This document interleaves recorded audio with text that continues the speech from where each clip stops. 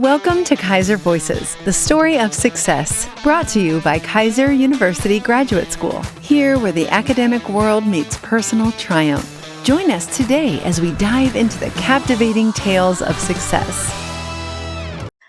Welcome back, everybody, to another spooky episode of Keiser Voices. We're bringing you our second special edition for this Halloween. And joining us is Professor Lowrie Fawley. Professor, thank you so much for joining us. You are very welcome. I'm excited to be here. So we're exploring today a little bit of haunted history. We're going to take kind of a background look at ghost tours. I mean, who doesn't like a good ghost tour? I've been on them myself in Savannah, Georgia. So I love Savannah. It has such a deep history. And I've done their ghost stories, and it was amazing. But you used to be a tour guide. Yes, until about we closed our tour about 2 years after COVID. So until about 2022, I was still working with them. I guess I should ask though, where at? I mean, there's a lot of historical haunted sites all throughout the U.S. Richmond, Virginia, and actually another friend of mine has now started up a new tour company in Richmond, Virginia. So it's starting back up again, just under a different management. How did you even get started giving ghost tours? Okay, long story, and I'll try to make it as short as possible. Loved horror movies ever since I was a kid. I think I rented every single horror movie that Blockbuster had available to me. Then when I was in New York, when I was living in New York for a while doing work in theater, and it was the year that Blood Manor, which is now New York's premier haunted attraction, it's absolutely huge, opened. I auditioned, I got cast, and I was with them for their first four seasons. And I loved being involved and being in a haunt, and it was just absolutely amazing. I left New York and moved to Florida and started teaching full-time and was still doing theater on the side. Then a few years later, I was missing the spooky element of my life, auditioned for a horror film, and as a result of that, ended up ultimately starting a film company with the director from that film. We have shot a bunch of indie horror films, and we also run an annual horror film festival up here in Virginia. She's in Florida, she's in Ormond, and I'm in Virginia. And we just run the fest up here because I have a venue for it. But when I left Florida and moved back to Virginia, I was looking for some things to do and a way to connect with people in my area. And I ran across an ad for a ghost tour guide. And I said, yep, it is absolutely time for me to get back into spooky stuff. I made most of my great friends that I have up here in Virginia now are through Eerie Nights. I was with them for, I want to say 7 seasons. And just had an absolute blast because it combined history with spooky stuff. And what could be more fun than combining the two and playing them in character, because on the walking tours, we were dressed in early 1900s garb, and then in 1800s garb, and on the trolley tour, it was 1920s. So we were ghosts from historical time periods, but we focused on pretty much all time periods. It was sort of assumed that even though we had risen from our crypts to take you on a ghoulish adventure, we knew about things, and we kind of laughed and joked. And when we were in our 1800s garb, the horseless carriages don't get run over by those horseless carriages. They're going to run you over.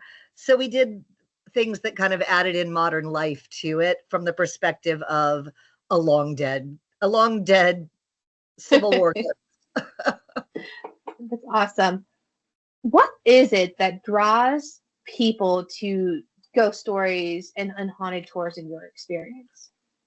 It's sort of a combination of things. I think there are definitely people who take the tour for the history aspect because we do focus on the history, but they also take it because there is that question of, is any of this possibly real? Could there be something out there? Is there all the paranormal stories and all the ghost stories? And especially around Halloween time, it's just like a chance to connect with history through the perspective of the dead and the past, and to have fun. That's I think one of the things, the most important thing that I learned with giving tours is you have to read your audience, and you have to use humor. You have to give them the history, because you will always have the history scholar who wants to argue with you when you might be wrong. And if you make a mistake, well, you know what?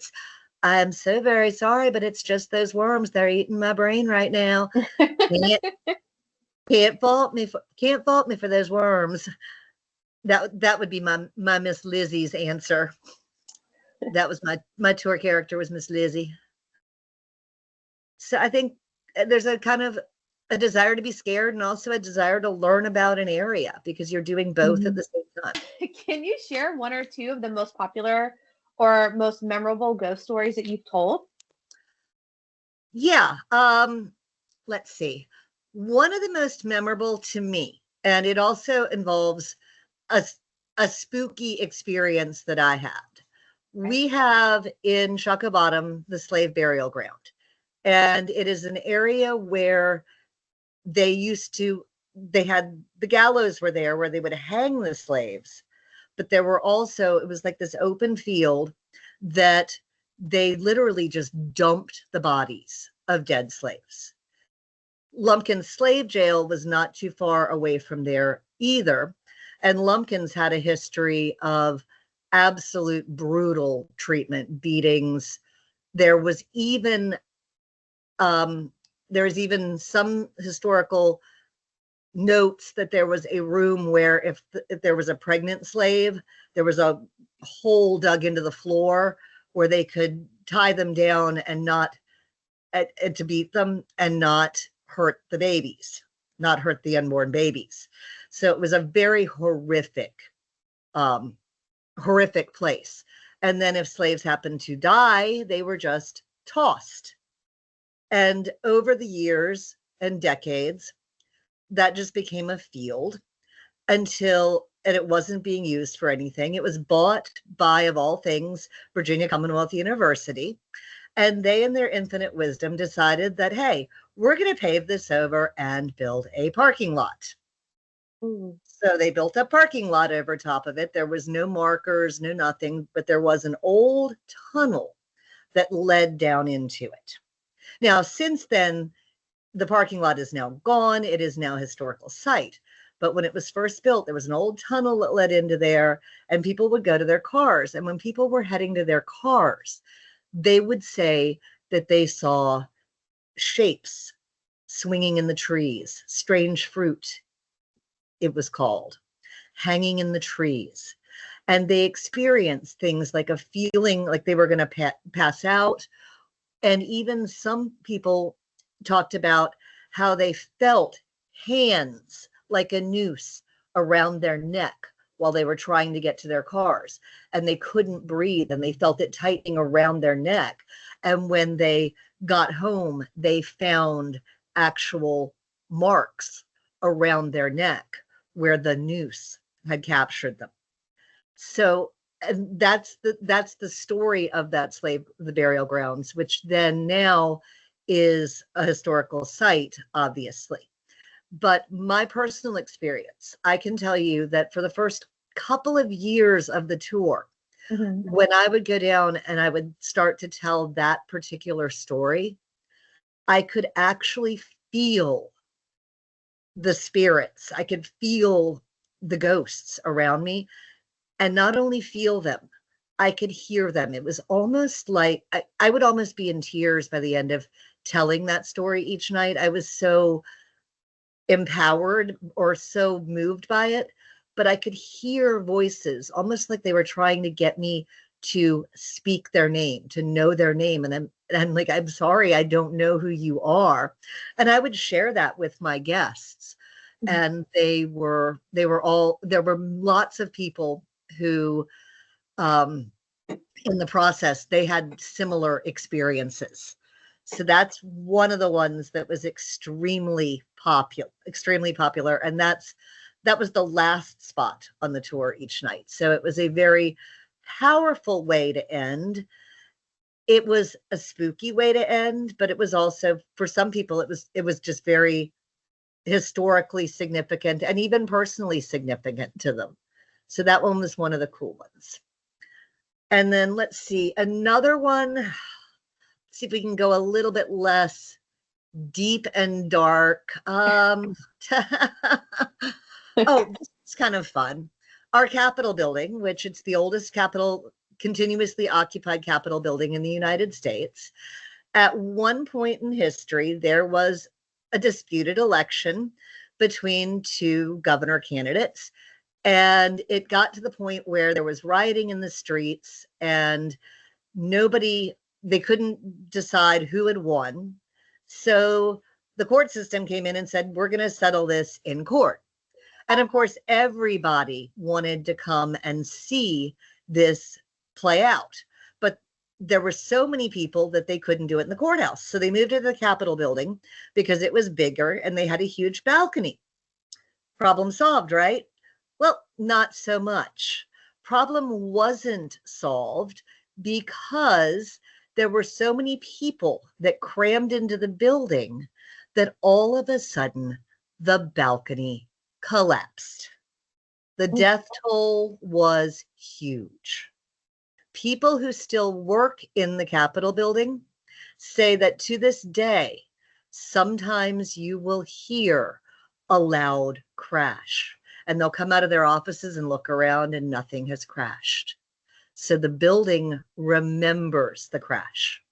And the Capitol Police and the guards who patrol the building, one guard in particular told his story. He heard what sounded like the crash and he went to see what was going on. He couldn't find anything. He looked outside, and as he was looking outside, he saw a whole troop of what he assumed were soldiers marching towards the Capitol. So he goes running down the stairs, out the building, right as they are proceeding along the side of the building and disappearing. And of course, he's noticing they look like they're dressed in very old regalia. Well, he follows around behind them, and when he gets to the other side of the building, a whole Civil War regiment had vanished into nowhere. People who are on the grounds late at night say they often see somebody dressed in what looks like Civil War garb, and they'll interact with them and then turn around and they're gone. Ooh. So that's the Capitol. And then right next to the Capitol is the governor's mansion. The governor's mansion has their own ghost, the lady in gray. She still exists. It was said that she first appeared, the governor and his wife had a major party and they'd gone up to go to bed. The governor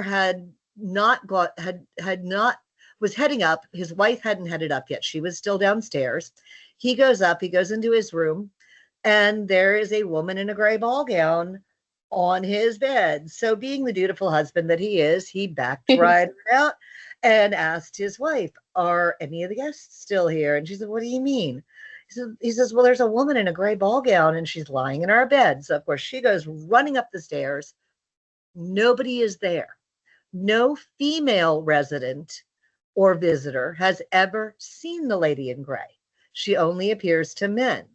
But many of the Capitol Police say she still appears. They talk about walking down a hall and seeing somebody going into the part of the residence that you're not supposed to go in, chasing them down only to find them not there. And it's usually somebody in a gray ball gown. One Capitol Police officer we spoke to at the gate, because we always, if they're at the gate, we try to ask them if they've ever seen the lady in gray.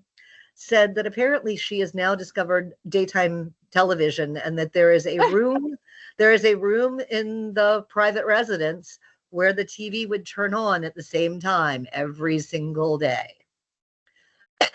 So that's our Lady in Gray story. But those are just some of the stories that we tell.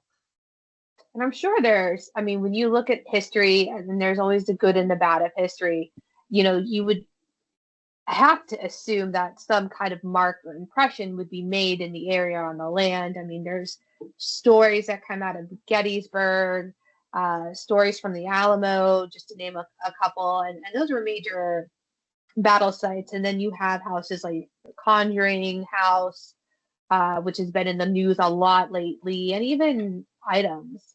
And it makes you wonder, what about the secrets of history make these ghost stories so irresistible? I think it's a desire to understand the past, a desire to connect to the past, and a desire to actually experience it in some ways. When you think you might have seen a Civil War ghost walking past you, it makes you think about the Civil War and think about everything that happened. And I think it's an important part of living history, I guess, is what it is. And I think that's why the slave grounds are so important. And that whole idea of all of those slaves that are there, there's no way we will ever know what their names were, because no records were kept. So with no records, all we can do is honor their memories by respecting them and respecting their history. No, that's amazing. And this has been amazingly scary. And we so appreciate you, Lowrie, for joining us and sharing these experiences with us. Thank you so much. You are very welcome. I have had fun sharing them. I can talk about our tour stories all day long. Oh, I bet you have some other good stories we haven't even heard. I do. I have tons. There's plenty, and some that probably don't even need to be told because of things that people have done on tour. It's hilarious. Some of the things that people have done, including passing out, cowering, freaking out, things like that. Running away, I'm sure, is one of them. Running away. There's a church, monumental church. It used to be the Richmond Theater that burned down, and then they built a church in its place. And we would walk them behind the church in the dark and intentionally scare them. We had some almost runners there. It's amazing. Thank you for joining us. And if you guys have enjoyed this special Halloween edition, be sure to like, share, subscribe, and follow. We wish you happy haunts, and we'll catch you on the next one. Thanks, everyone. Thank you for journeying with us today on Keiser Voices, the Story of Success. As we close this chapter, remember, every story has its next page.